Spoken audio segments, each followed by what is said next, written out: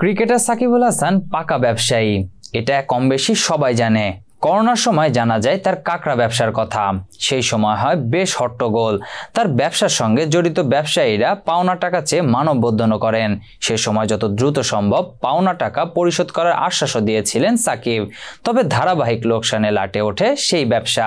ফলে এখন পর্যন্ত ব্যবসায়ীদের সেই পাওনা টাকা পরিশোধ করেননি বাংলাদেশের সাবেক অধিনায়ক সাকিবুল হাসান। এদিকে ছাত্র জনতার গণ অভ্যুত্থানে পতন হয় আওয়ামী লীগ সরকারে। এতে তিনি আর দেশে ফিরবেন কিনা তা নিয়ে তৈরি হয়েছে অনিশ্চয়তা। ফলে সেই পাওনা ব্যবসায়ীরা আর পাবেন কিনা তা নিয়ে রয়েছে শঙ্কা।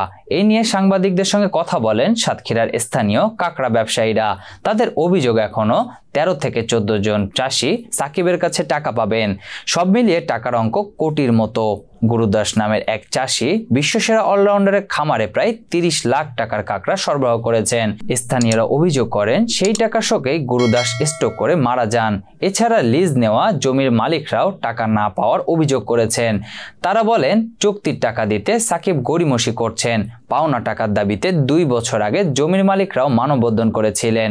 তখন কিছু টাকা দিয়ে তাদের শান্ত করা হয়। এছাড়া অভিযোগ করেন চুক্তি ভঙ্গ করে জমিতে ভবন নির্মাণ করেছেন সাকিব। কোটা সংস্কার আন্দোলনের শুরুর আগেই ফ্র্যাঞ্চাইজি লিগ খেলতে দেশের বাইরে চলে যান তিনি।